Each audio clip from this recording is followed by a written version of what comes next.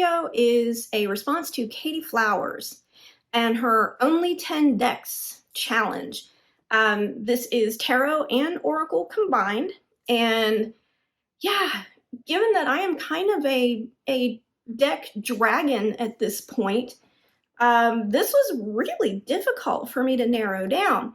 I have some newer decks in my collection that I was thinking, oh, I kind of want to put them in this pile, but I haven't worked with them enough to know for sure if they are long-term use decks. So it was a real challenge for me to think about, all right, 10 decks, only these 10 decks forever. You know, which ones would they be? But I did it.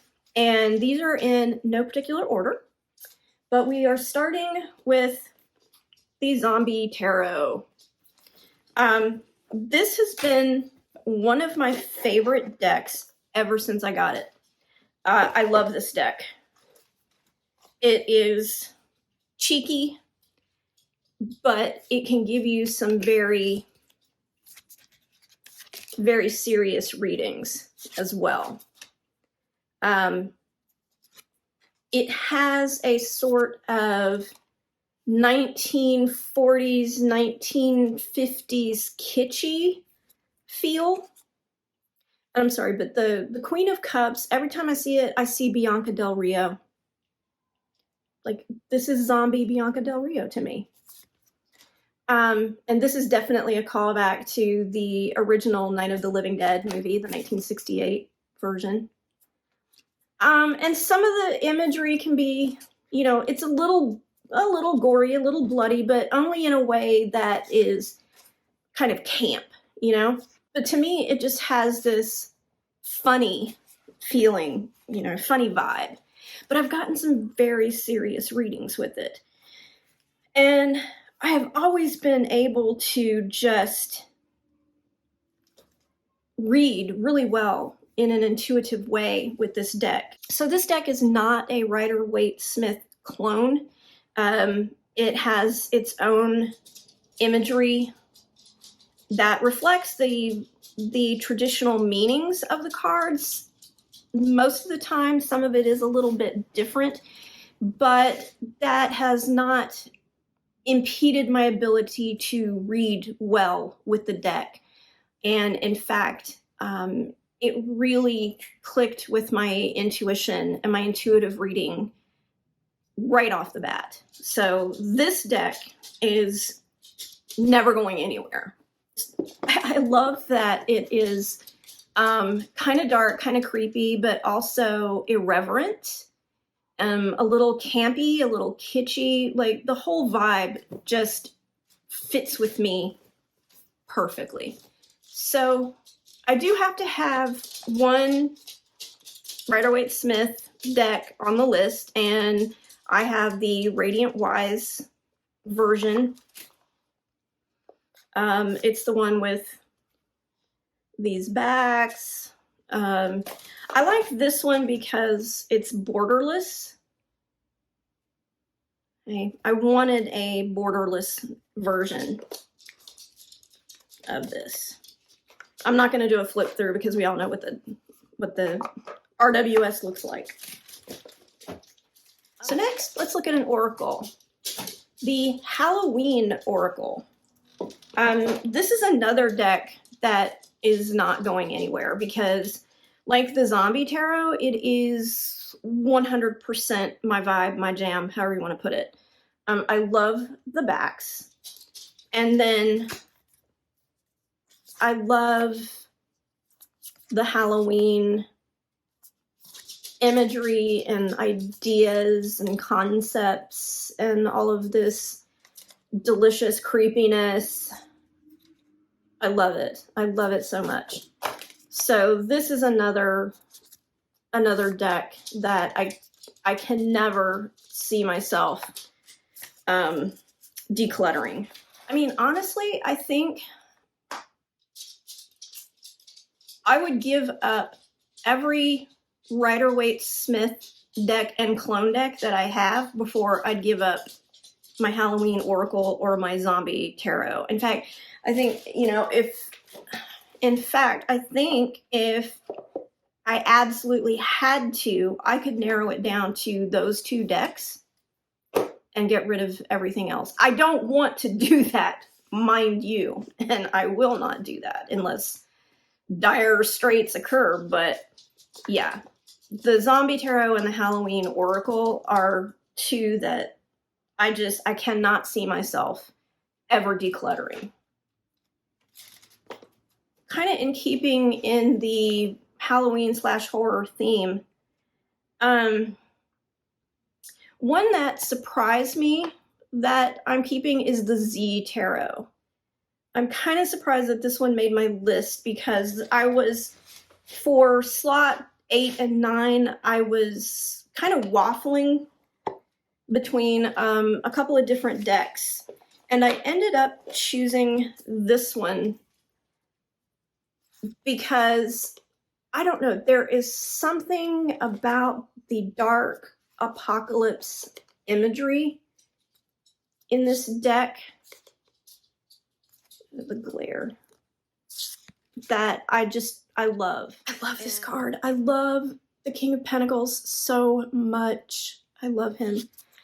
I've thought about decluttering this deck before because I was thinking, oh, it's too dark. It's just too gloomy. It's too bleak and blah, blah, blah. But then I put it in my deck rotation for October, and I worked with it all last month, and I realized the imagery is kind of bleak. It's gorgeous. I love it. But the readings are not bleak, or the readings that it gave me were not necessarily bleak.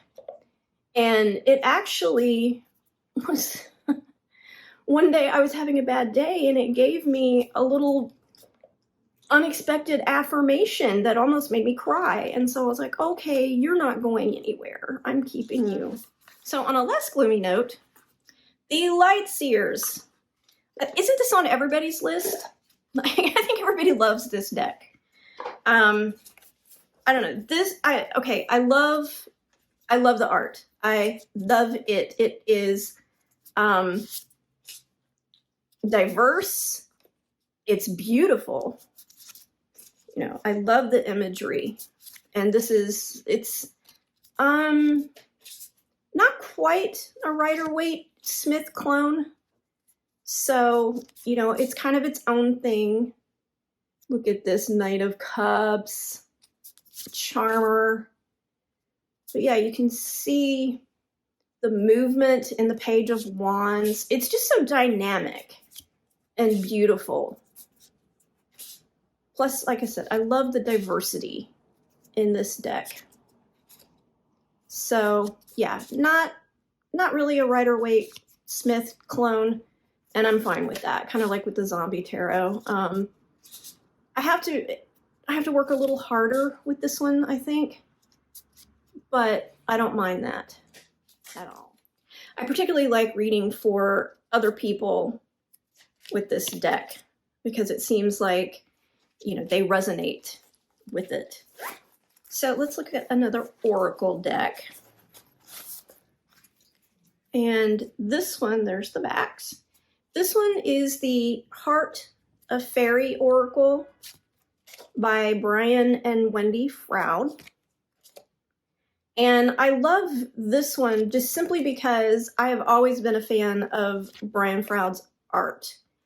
I had the fairy book, the big fairy book that he did. Yeah, pretty much any book that he did in the 70s and 80s. I had as a kid, and I wore it out. I wore them out. I loved them so much. And so when I found out that, you know, he did an Oracle deck, actually he has 2. This is the only one I have. I still don't have the other one. But it's on my wish list. But I do love this one. I mean, the artwork, not terribly diverse. It's pretty palm colored, but it's beautiful. It's Brian Froud, and so I love it on the basis of nostalgia. And this is another one. And I think this one might be out of print. I think you can get the other one that he did on Amazon still, but I think this particular one is out of print and I got it secondhand, so. Next up is Murder of Crows, and I love this deck in the same way that I love the Z Tarot. These are both Los Scarabeo decks, by the way. So here's the back. I have to keep this deck for no other reason. I mean, I love it, but if for no other reason than this is the deck that I use to read for Ari. This is her dedicated deck. I do readings. I sometimes pull it out for myself, but I think since I've now kind of bonded with the Z Tarot, I will use that one when I want this kind of dark vibe, dark apocalyptic vibe for myself, and reserve this one just for her. But yeah, this is the one that I use when I read for Ari. This deck was the main reason why I thought I might declutter the Z Tarot, because I thought, oh, I don't need two decks with the kind of same, kind of the same vibe, the same feel to them. This gives me Dream from Neil Gaiman's Sandman flashbacks. You know, so I was thinking, I could declutter the Z Tarot because they're kind of similar. But then I ended up, like I said earlier in the video, I worked with it in October and loved it. And so now this one is exclusively Ari's deck, and the Z Tarot is mine. So this is the last Oracle deck and the only indie deck that's on my list, and it is the Witches of Legend Oracle deck by Annabelle Lewis. So it's the back. They're a bit shiny. The art on this is gorgeous. It's pretty much like black, white, and gold. It's very simple, very minimalist, but there's so much detail and such beautiful imagery. And I've been doing, I love this Bridget. Love it so much.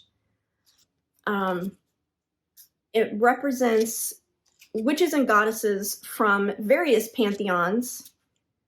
Here we have Nut, Kali. Okay. So it's got a Pele, some really lovely diversity. It crosses pantheons, and I just love it. I love the messages that I get when I use this deck. This was not a Kickstarter deck. So I believe if you do a search for Witches of Legend Oracle or Annabelle Lewis, you could probably find it. I looked in the guidebook, but there is not a website listed. So I will try to find it and put it in the description box below if anybody is interested in getting this deck. All the others can be found on Amazon. We are down to the last two decks. And number 9 is the Everyday Witch Tarot. There's the backs. I love this deck partially because there's cats all over it, and I love cats in particular. I have 2 black cats. I love dogs too. I have a dog. But yeah, black kitties rule my heart. So the witchy vibe, the witchy imagery, the witchy fantasy art style, and the cats, I mean, I love it. My main complaint with this deck is that the art is not terribly diverse. Now, the Oracle deck is much more diverse than the Tarot deck. And I do have the Oracle as well. The Oracle deck did not make the cut simply because I love the Halloween, the Froud, Heart of Fairy, and the Witches of Legend oracles more. But I love the whimsicality of this deck. This is a more lighthearted deck, but kind of like the Zombie Tarot, I found it easy to read with right off the bat. It is also not an RWS clone, but I found it easy to read with and kind of work with intuitively. There's a lot of rich detail in the cards to draw on. This is a deck that I like to use for reading for myself, but also for others, because like the LIGHTSEERS, it tends to be pretty accessible and non-confrontational. Like, I would not whip out the Murder of Crows or the Z Tarot for just anybody. I would have to know that it matched them and was a good match for them. So I would tend to use this one when reading for other people. And the last deck on my top 10 list is the Santa Muerte Tarot, the Book of the Dead. There's a theme. I'm sensing that that I didn't consciously realize when I picked these, but now that I'm talking about them, I realize I have a type when it comes to tarot decks. So, this was a deck that I was aware of, but I hadn't really thought about getting it. I knew about it, I'd seen it, and I was like, oh, that looks kind of like something I'd like, but I hadn't gotten serious about purchasing it until I got a couple of readings from a fellow LGBTQ plus author friend. Hello, Elizabeth Silver. Shout out to you. She did some live free readings on Facebook one day, and I asked for one, and she used this deck, and then I actually got a private reading with her, and she used this deck. And when I saw her using it and the messages that it was giving for me, I realized, yeah, I need this deck. And so I got it and I worked with it in October. It was one of my spooky season decks, and I just really bonded with it. It is not a Rider-Waite-Smith clone. I've had to work a little to, intuit the meanings and call on the guidebook. So it's made me work a little bit, but I've enjoyed it, and I really love the rich imagery and the art. It's a beautiful deck, and I feel connected with it, and I love the messages that it gives me. It's a new addition to my collection, but I really can't see it going anywhere anytime soon. Like, we have established a close connection in a short amount of time. And that is it. Those are my top 10. If I couldn't have but 10 Oracle and Tarot decks in my collection, these are the ones that I would pick. Thank you, Katey Flowers, for throwing out this challenge to the TarotTube community. It really made me think about which decks I would choose and why. And it really kind of gave me some insight about what I like in a deck, a tarot and an oracle deck, and what I'm looking for. So yeah, I found it a very interesting exercise. Okay. If you like this video, please give it a thumbs up and subscribe to my channel. I will be posting tarot related things and writing related things. You can also find me doing creepy shit on the Crone Cartel channel here on YouTube. And my links and info are in the description box below. And until next time, I hope you have a great day, and I will see you soon. Let's see. Do you want to get back up there? Do you want to get back up here? You do? Okay. Do you know what you want? Say, no, I really don't. Hey, baby. Yeah. Okay. I'm going to get back up on the bed. All right, let's get back up there. And until next time, what I want to say for a sign out for this one, stay creepy is for the crumbs.